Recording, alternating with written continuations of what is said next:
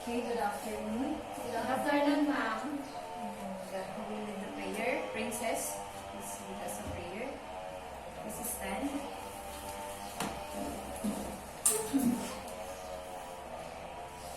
Lord, guide us with this lesson.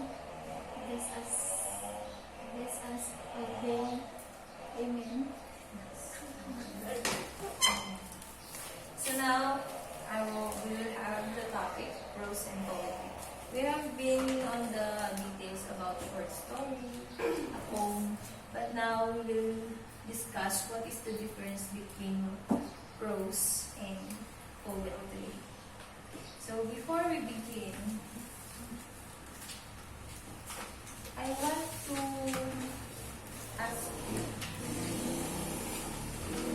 different titles that we have tackled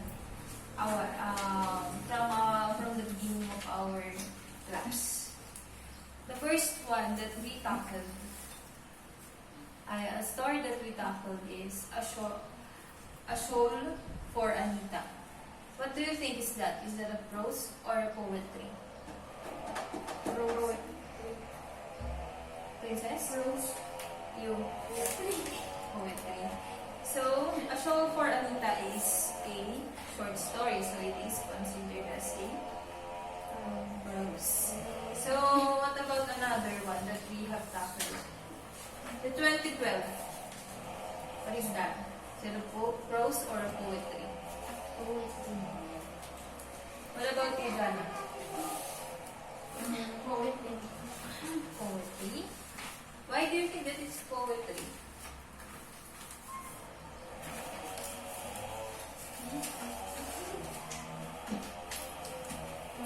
So the 2012 is a story once again.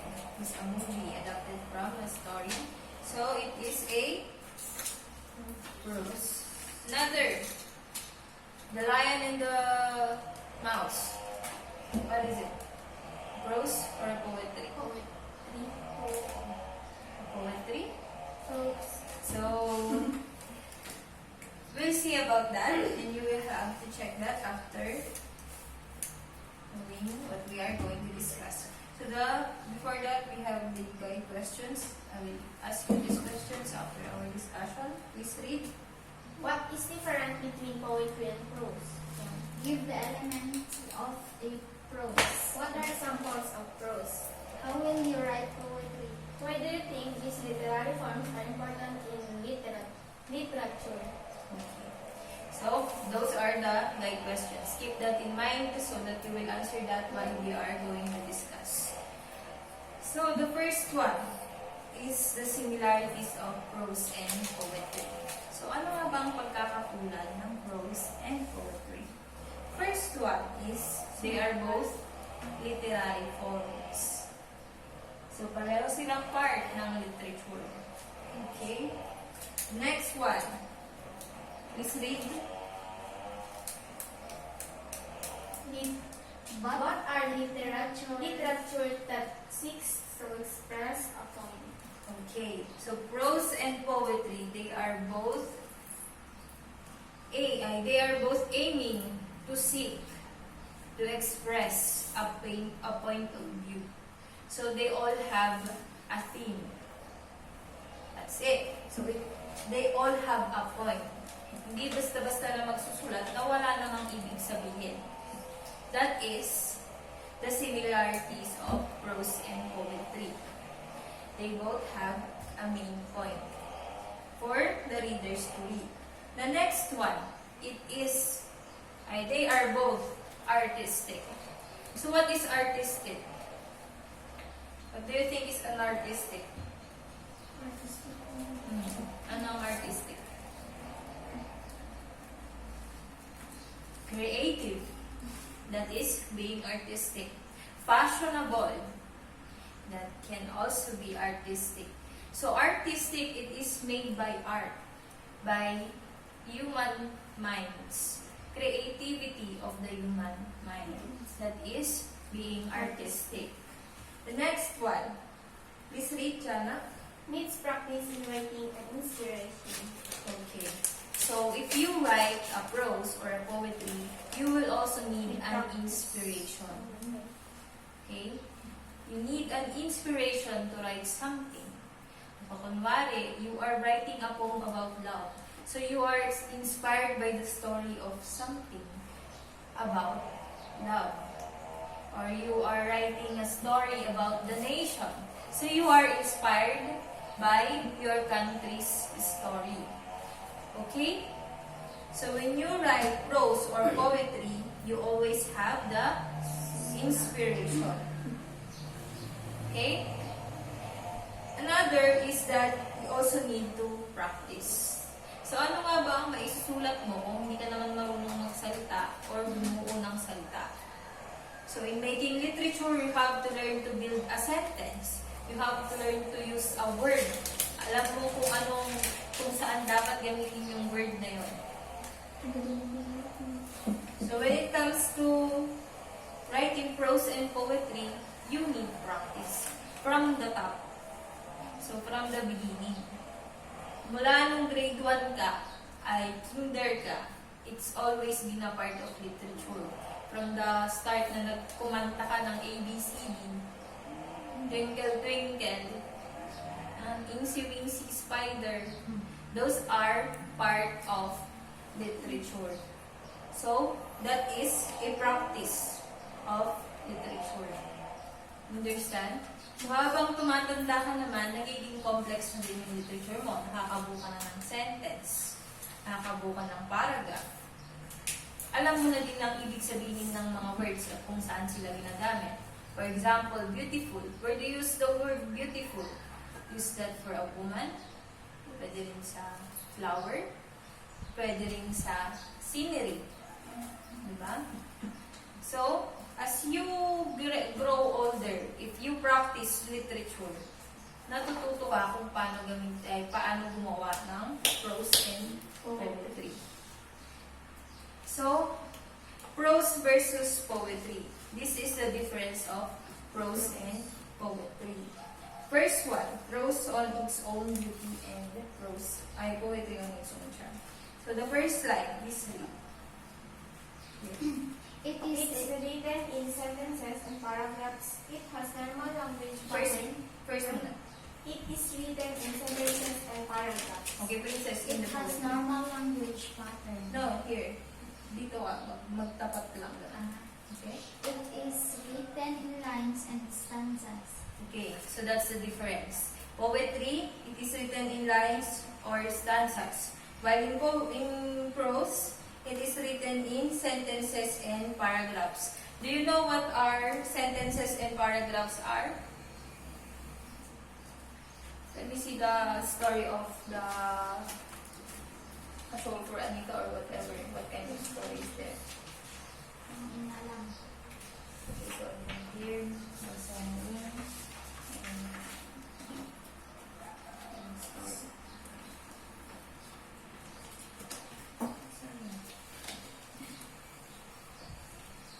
Ba't binigay niyo sa akin yung story? Eh, di ba nandun yung assignment niyo? Yung A Soul for Anita. Yung princess. Hindi pa natatapos ko yun.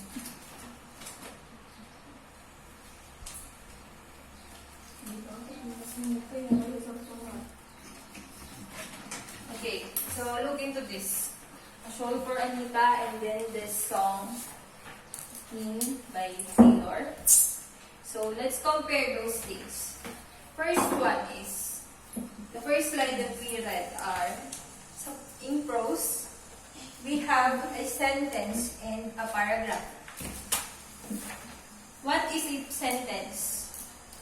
It can end in a period, question mark, or an exclamation point.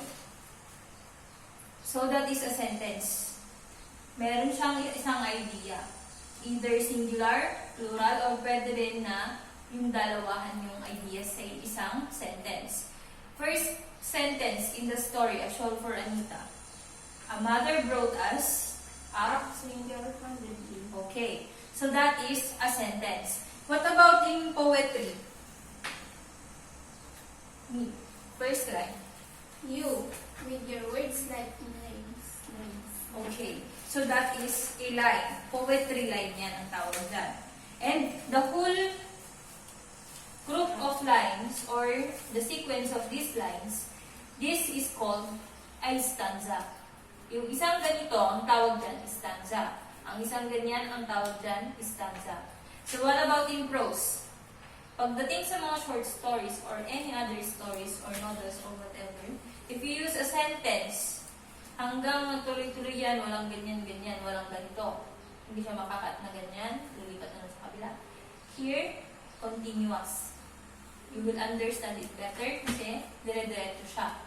So the whole group of sentences combined together is called, what do you call it? Stanza. Poetry. In poetry, that is stanza. In a prose, that is called a paragraph. Okay? That is a paragraph. You understand? So that is the difference, first difference of prose and poetry. Okay? Next one. Please read dyan. Dito sa... It has normal language pattern. Okay? So in poetry, It has an artistic language to express thoughts and emotion. okay, express thoughts and emotions. So, you see, it has a normal language pattern. When reading a story, you are like speaking, just speaking. Yung normal na pananalita lang ng tao. Okay? When it comes to prose, ito lang yung normal na pananalita ng tao. But when it comes to poetry, sa poetry naman, it has an artistic language. So, tingnan mo to. You, with your words like knives. May quit pa ng gano'n. May arte siyang you quit. Tapos with your words like knives. Then, and swords. Bakit nasa baba naman yung end? Because it is what the author wanted to. Artistic.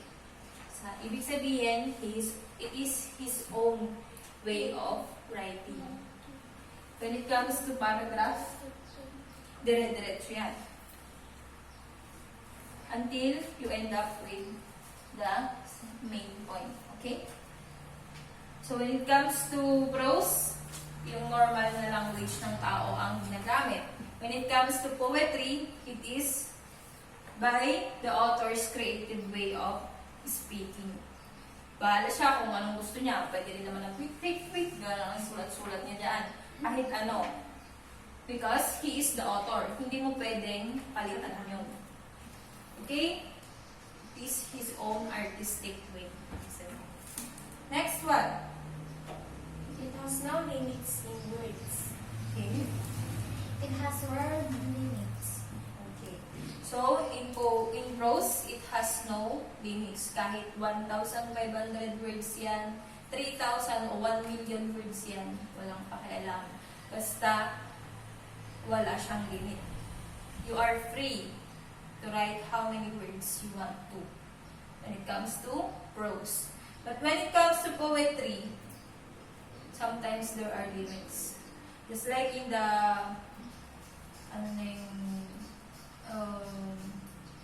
haiku, that is a type of poetry that uses the 5-7-5 metric pattern. 5 na syllables sa first line, 7 syllables sa second line, and then 5 ulit dun sa third line. Ganon ang pagsusulat ng poetry. You have to follow a pattern, or also, you will also have the limits on syllables or words. Okay? Pwede ka naman bumuo ng poetry. Pwede ka naman bumuo ng poetry na kahit gaano kahaba. Pero yung lines niya, you have to limit it to... Alam ko, pinakamahaba ng syllables or lines sa isang poetry is 14. 14 ang pinakamahabang lingua. 14 syllables. So ito, and swords and weapons that you use against me. So that is, ilan yun? 11. 11 syllables. So hindi niya pa na-reach yung maximum. Sa maximum ng poetry, it's almost like 14 syllables. Kasi mapangit na siyang pakinggan kapag masyadong mahaba. Okay? So next. Ay, Yung time. It does not use rhyme scheme or rhythm. Okay. So, you know what rhythm and rhyme scheme is? Diba pinag-aral natin yan last lesson in poetry? It can include rhyme and rhythm. Okay. So, it uses rhyme and rhythm. So, when it comes to prose and prose, in its own beauty, doesn't use a rhyme or a rhyme scheme. Walang rhythm. Walang yung dulo ay A-B, walang ganon. Walang A-A-B-B. Wala kang maririnig na ganon when it comes to prose. But when it comes to poetry, you can use that rhyme scheme or rhythm. Okay? Meron yung tulad na she sells seashells with the seashore. Pwede din gamitin yung alliteration. Marami, di ba? Marami tayong literary device for poetry. So next. It may be used creatively or not. Okay. Next. It can be used creatively and artistically. Okay. So, in prose, it can be. Pwede naman. But it is limited. For example, in prose, you can only use descriptive way when you are writing, ano ba ang tawag doon? Feature writing. Have you heard of feature writing? You are describing a certain topic. Ganon. That is the type of prose with creativity. Pwede rin naman na ano bang story ng ano na sige kung muna kong creativity. So, that's it. It may be used creatively or not. Pwede. Pero limitado lang. So, in poetry, palaging creative, palaging artistic. Okay? Bakit? Dahil nga, bahala yung author sa kung ano ang gusto niya, way ng pagsusulat. His own creative way. Okay? Because poetry is also an art. Next. It's easy to understand for it is most of the time straight to the point. Next one. It can take dissecting words to understand the thoughts or the meaning. Dissecting. Dissecting.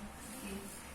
So, on prose, straight to the point siya. You don't have to read between the lines. Walang masyadong symbolism. That's the point of having prose and poetry. When it comes to poetry, maraming symbolism. Just like what we have tackled.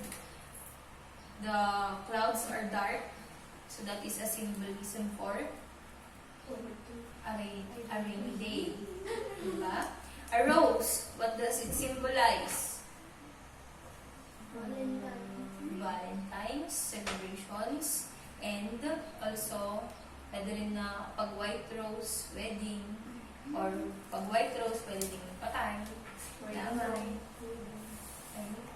So, in poetry, there is always symbolism. You cannot read the poetry by not reading between the lines. Ano nga ba ibig sabihin ng reading between the lines?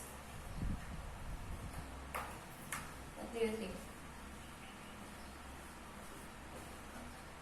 Princess, I think you have an idea of reading between the lines.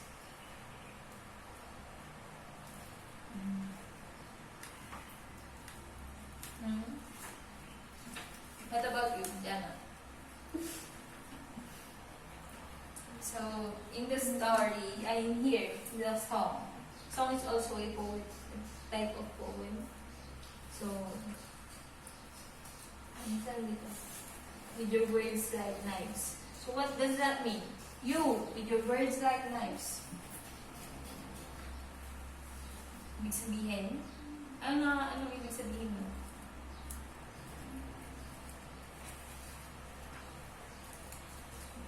With your words like knives. Ano sa tingin nyo? Ibig sabihin nun?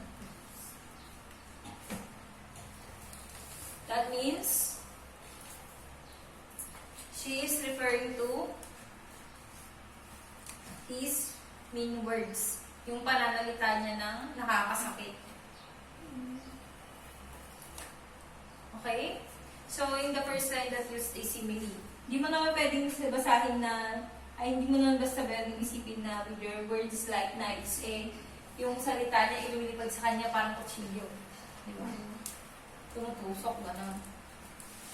But it symbolizes dangerous.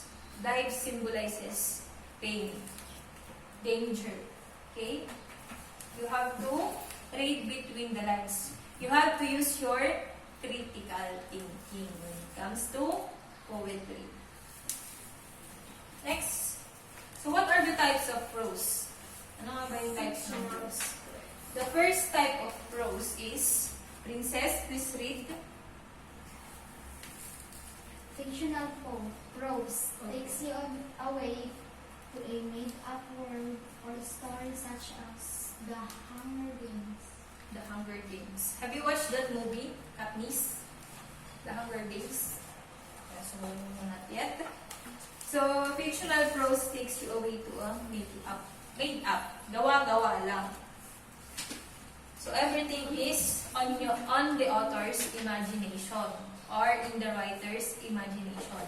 That is a fictional prose. For example,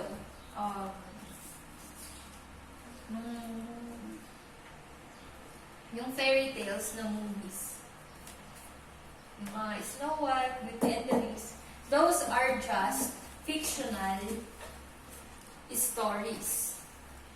It is called a fictional prose. And certain. Hello?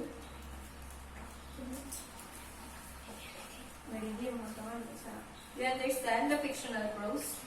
Gawa-gawa lang siya. Okay? Hindi siya totoong nangyari. Next. Non-fictional prose is the factual accounts of events such as Anne Frank's The Journey of a Young Girl. Okay. So, a non-fictional prose is a real life story. Okay? So, example is The Diary of a Young Girl. So, it's a diary. It is a real situation. Kinuwento ng bata kung ano yung experience niya. That is a real life situation. Kahit sino pa yung writer niyan, kung real life yung ginawa, kung yung experience niya sa buhay, na experience niyang, ano ba? Experience niyang lumipad dahil tumalon sa aeroplano, that is a non-fictional prose. Okay? Next. Heroic. Heroic prose includes oral and written traditions like fables and legends. Okay. So, as you can see, heroic prose, meron tayong hero.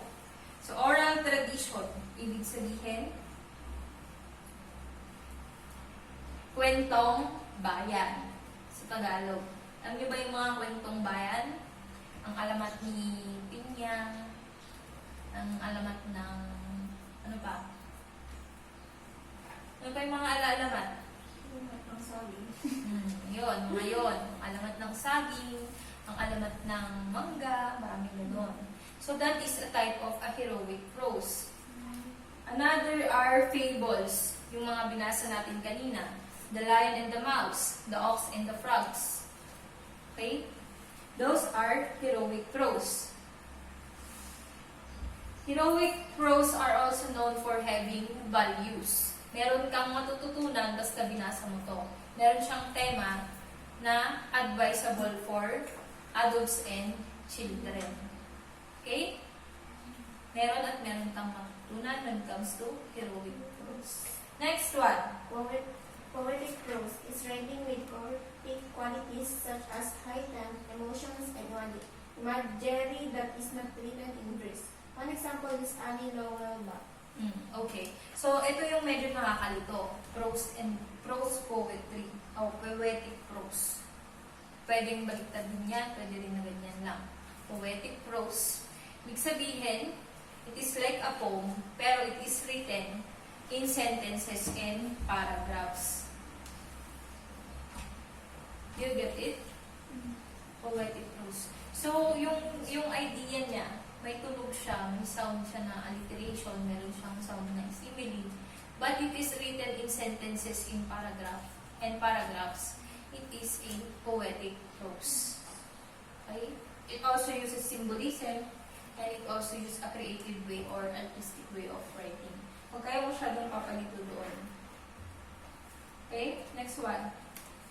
So, what are the types of poetry? Ano nga ba yung types ng poetry? The first one is Sonnet or or lyrical poetry with a 14-line arrangement. arrangement. So, example. This is an example of a sonnet. Ito yung habang poem. So, ang nakasulat pa lang ng ganito or published na naisulat na ganito, most ay is written by William Shakespeare. You know him? He is the pinakasikat na author because of Romeo and Juliet. Do you know the story of that? Romeo and Juliet.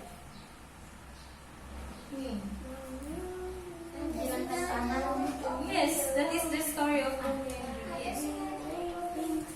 In the song of Taylor Swift, that is also an adaptation song from the story of Romeo and Juliet made by William Shakespeare. So, ang ending nun, tragic. Kasi, masyado silang in love sa isa't isa. Wait, So, just like in the song, they are very much in love. So, Juliet has a fiancé and Romeo doesn't.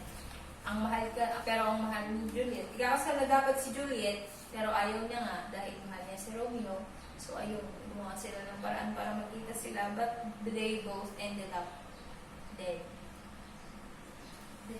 Yes. So, that is a story by William Shakespeare na sikat ever since nasulat yata 1980s or 18th century. Nangyari na yung ganong story. Hanggang ngayon, sikat pa din naman siya. Kasi daw yun sa kanta. Tapos mostly pinag-aaralan siya sa school. And here is an example of a sonnet. Sabi ko nga, it is a 14-line poem. 14 line, ibig sabihin, 1, 2, 3, 4, 5, 6, 7, 8, 9, 10, 11, 12, 13, 14. So, naulit lang yung so long. 14 lang. 14 yan. 1, 2, 3, 14 na. It is Shakespeare sonnet. Ayun yung pinakamahaba niyang tula. It is composed of 108 poems. Imagine that. 108 in one story.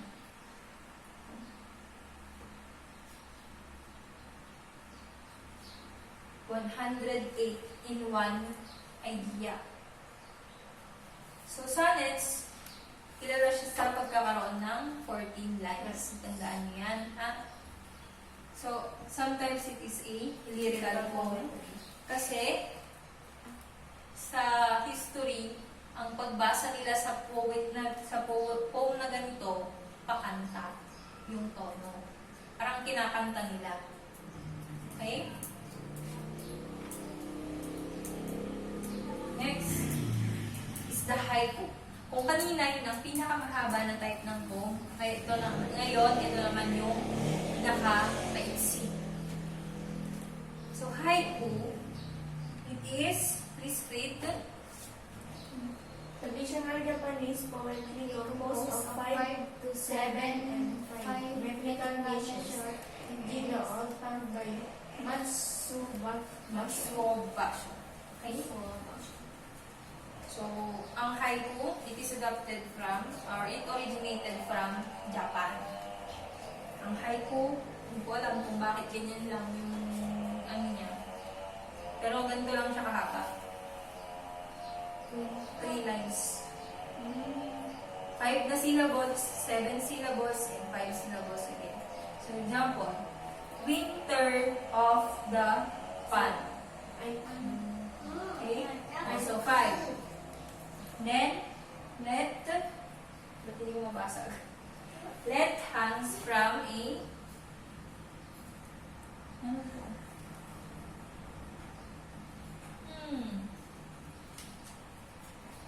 Hindi ko mabasa yung... Eyes. Ice. Ice makes Dragon tree. Parang ganun. Dragon tree. For a dragon tree. So, ice hangs for... from a... Dragon tree. So, 7. And then the next slide. Where did the frogs go? Okay, so that's 5, 7, and then 5 syllables. Okay? So that is how you write an haiku. Ganun lang text. Okay? Bilis lang sulat ng haiku mo. Pag may idea kang pumasok sulat mo na po. Then, that's it. Next is the acrostic. So meron tayo na 3-7 dapat yun. Hindi yun tayo. Okay? Acrostic. And so here's the example of an acrostic. Change. Insert tayo sa C. Yan, ganyan. Then H. Have you tried making something like this? Mostly sa slogan, ganito ang ginagamit acrostic. Okay? So change. Pwede rin na basura. Minsan, meron kayo nasulat COVID. Tapos meron siyang acrostic na kasama, di ba? COVID. Okay? Meron din yung mask. Ganon. Nakasulat siya ng pababa, pero may meaning siya dun sa sides niya. That is how you write a acrostic poem. Poem ang tawag din dun. Acrostic. So, next one is a free verse. So, free verse has no metrical pattern, walang rhyme scheme, wala kang sinusunod na bilang ng syllabications or bilang ng syllables. Ang gagawin mo lang, isusulat mo lang kung ano yung nasa isip mo. That is how you write a free verse. Wala kang meter to measure and wala kang rhythm to follow.